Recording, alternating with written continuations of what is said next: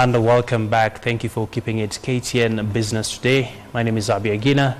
And before we took that break, we mentioned that we'll be getting into an important conversation around the competition in Kenya. Do we have fair competition in the first place? And how far have we been able to achieve issues of market distortions in Kenya? And we're joined by none other than the Director General of the Competition Authority of Kenya, Francis Wangome. Welcome to our studios. Thank you, Abby. And Happy New Year. Happy New Year too.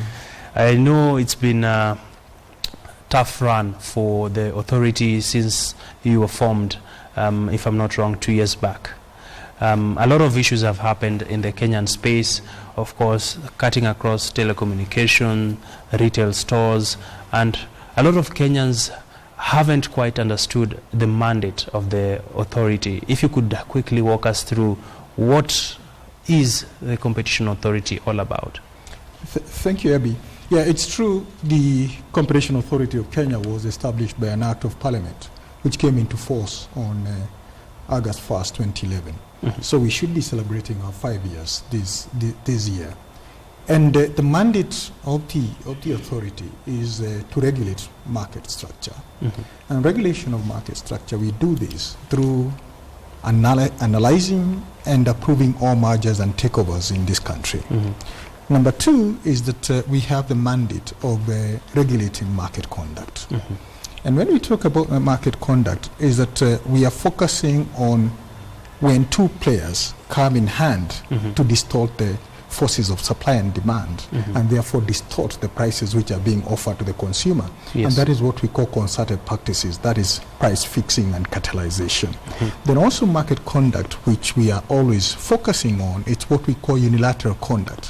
When a dominant player, based on the market shares they have in the market, and based on what I may call the market power they have, mm-hmm. they start distorting the forces of supply and demand mm-hmm. for their own good. Mm-hmm. The other role of the authority is to advise the government in regard to consumer and competition issues in the country. I would like to share with the viewers that the Competition Authority has the primary jurisdiction in regard to competition and consumer protection in the country. Mm-hmm. And then the other mandate of the authority, it's in regard to consumer protection. Correct. And consumer protection is that we have been empowered by Parliament to check on what I may call misrepresentation, that you are offering a good and saying that it has these ingredients and at the end of the day it doesn't have. Mm-hmm. Then the other issue, it's what we call misleading advertising. You know, lying that your good can achieve this kind of benchmarks and yet it cannot achieve. Mm-hmm. Then the other issue we focus on, it's what we call unconscionable conduct, where based on the knowledge of the consumer, you may lie to the consumer that I'm giving you, for example, in the banking sector, yes, that this loan, you're going to start repaying this, or this is the interest, but at the end of the day is that you start introducing what we call dripping charges mm-hmm. as we move along. Mm-hmm. So generally that is the mandate of the authority. Mm-hmm. In terms to the hurdles we have faced for the time we have been on board and also for the last 1 year, it's in yes. regard to the issue you have highlighted. Many people don't know what is the mandate of the authority. Correct. And it's not an issue which we only face in Kenya. It's because the market economy has been introduced in this part of the world not so long ago. Right. And when market economy was introduced, some people thought that it's a free-for-all field. Mm-hmm. But I always ask people, can you let Manchester United to play with Arsenal without the referee, or can you let Gor Mahia to play AFC Leopards to play without the referee? Mm-hmm. And therefore, the Competition Authority is there to ensure that mm-hmm. the market players in the open market is that they are playing within the dictates mm-hmm. of the fair competition laws. Interesting. Of course, thank you for putting that quite clearly. You've mentioned a number of issues, but I'm interested in something you brought up around market conduct, which is something that continues to define how corporates, how the big players in the industry operate here in Kenya. Talk to us about the issue about cartelization, as you mentioned it. We've seen a lot of issues happening around price fixing in different market segments. subjects, things that have actually rubbed consumers the wrong way. A lot of consumers are saying there is nobody protecting us. They've gone to the Consumer Federation of Kenya, no action is being taken. Now we have an authority. What are some of the key issues that you would be making decisive judgment on when it comes to fairness and striking out price fixing practices? Yeah, let me start by sharing that price fixing is the most, what I may term as egregious form of competition infraction in the world. Because one thing, it deprives the consumer their, what I may call, disposable income. You know, when people price fix, is that they always fix their prices above the market rate. Yeah.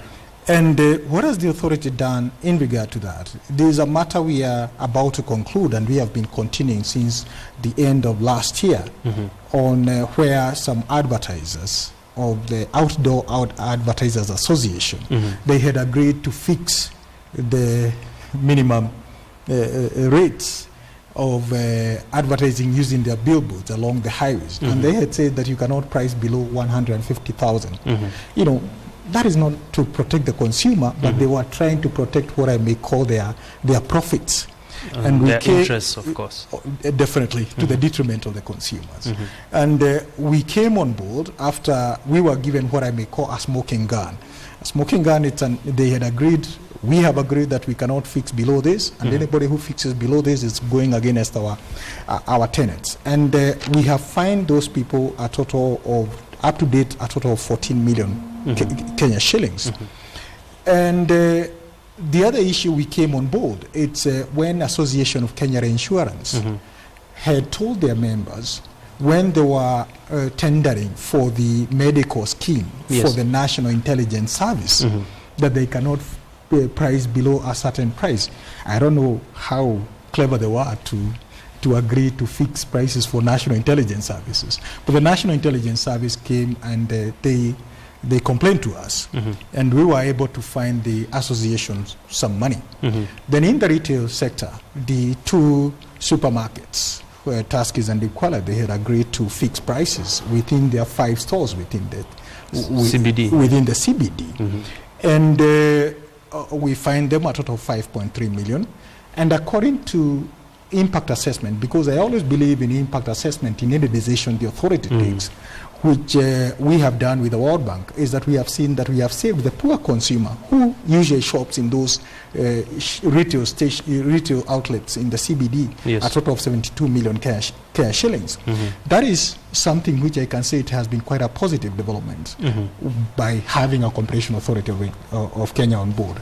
But the issue is that as we move forward, is that we have realized is that people may be doing this because they still in those what I may term as hangovers of price controls.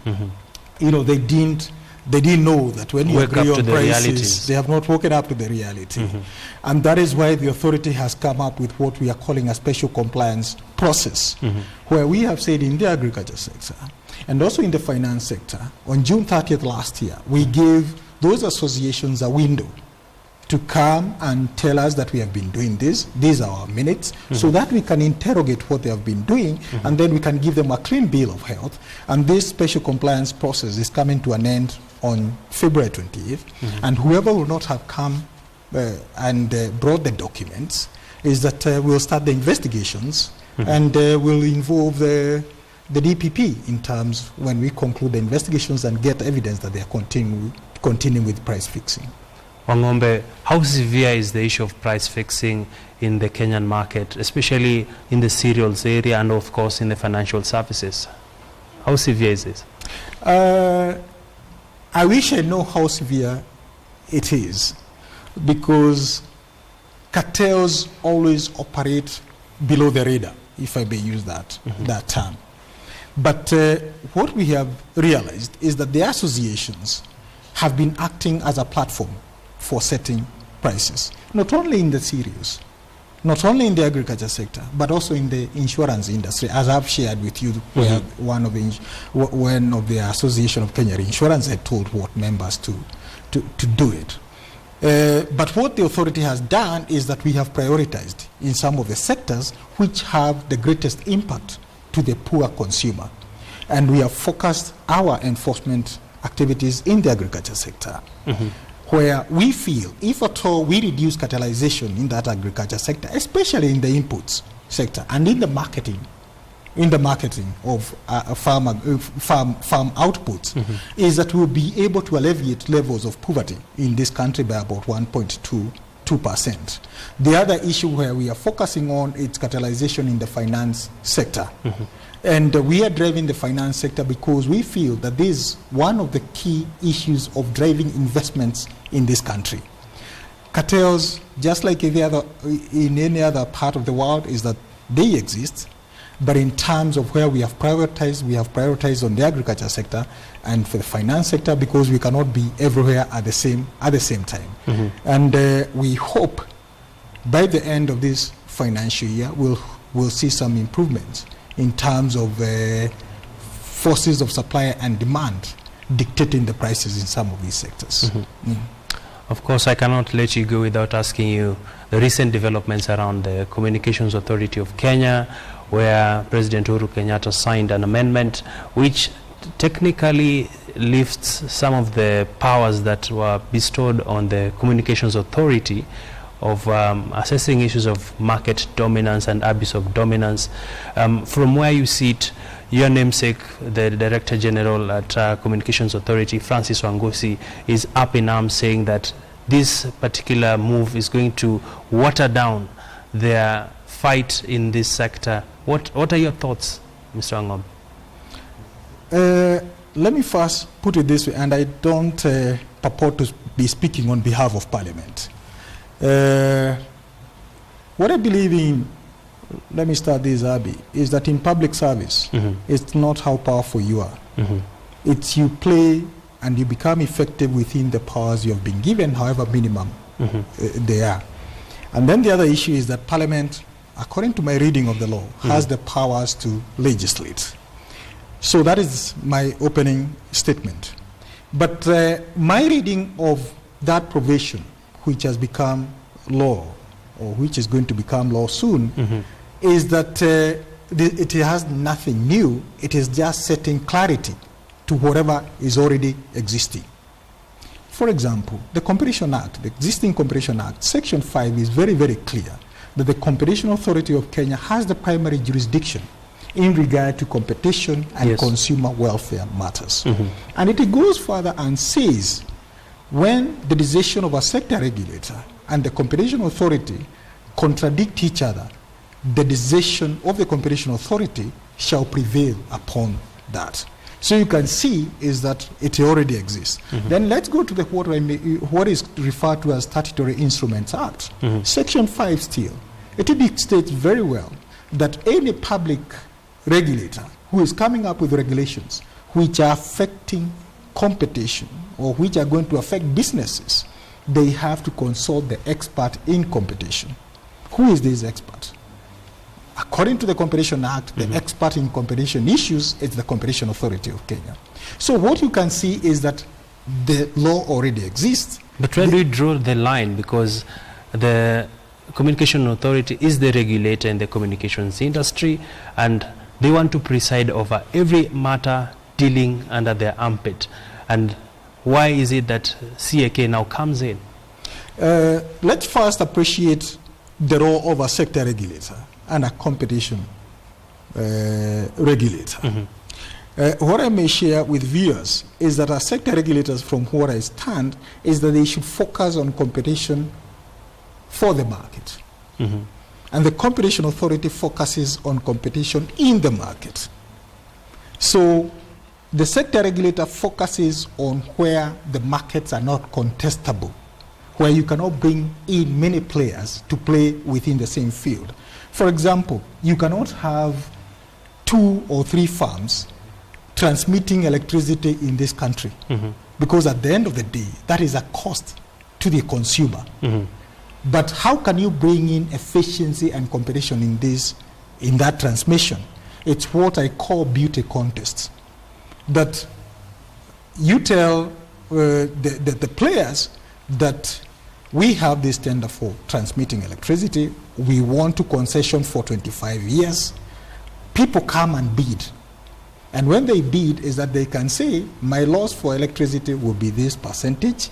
I'll be charging this tariffication, and then you're giving that kind of that concessionaire. And that is what we call competition for the market. Competition in the market, it's in the markets where there's what we refer to as contestability, where you have many players in the market. For example, maybe in the mobile money transfers, in the voice telephony, that is where now the Competition Authority comes on board. Now, going back to the question you asked me about that most of the mandate has been given to the Competition Authority of Kenya.